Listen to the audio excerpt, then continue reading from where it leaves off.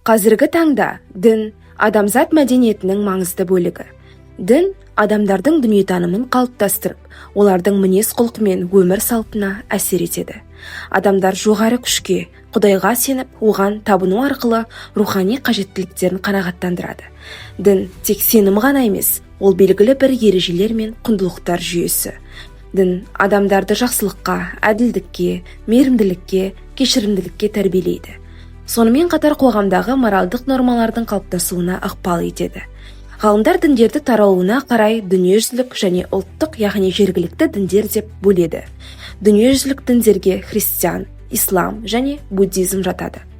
Бұл діндердің басты ерекшелігі олардың белгілі бір халықпен ғана шектелмей, әлемнің көптеген елдеріне таралуы. Христиан діні біздің заманымыздың 1 ғасырында Палестина жерінде пайда болды. Кейін Еуропа, Америка және Австралияға кең таралды. Христиандардың қасиетті кітабы Інжіл, ал ғибадат орны шіркеу. Ислам діні 7 ғасырда Арабия түбегінде пайда болды. Оның негізін Мұхаммед пайғамбар қалаған. Мұсылмандардың қасиетті кітабы Құран кітап. Ислам діні солтүстік Африкада, Батыс және Орталық Азияда, сонымен қатар Қазақстанда кең таралған. Мұсылмандар үшін ең қасиетті орын Мекке қаласы. Буддизм ең көне дүниежүзілік дін. Ол біздің заманымызға дейін 6 ғасырда Үндістанда пайда болды. Буддизмнің негізін қалаған Сиддхартха Гаутама, яғни Будда.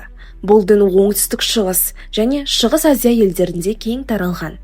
Ал кейбір діндер белгілі бір халықтарға ғана тән. Бұлар ұлттық діндер деп аталады.